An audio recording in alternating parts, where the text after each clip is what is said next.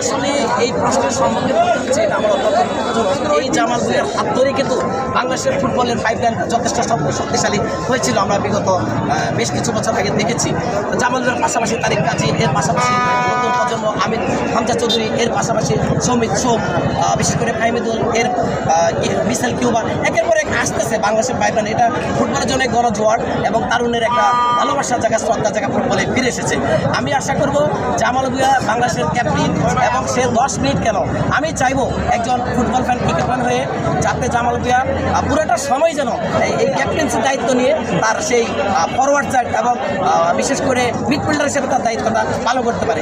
দেখেন আসলে গত ম্যাচে কিন্তু যে আমাদের হামজা যে গোলটা পেয়েছিল সেখানে কিন্তু একেবারে বরাবরই ওই ক্যাপ্টেন বাংলাদেশের অন্যতম সেই তরুণ তুর্কি, বিশেষ করে জামাল ভুঁইয়া, তার অ্যাসিসে কিন্তু সুসমৃদ্ধ একটা গোল ওই হামজা দিতে পেরেছে।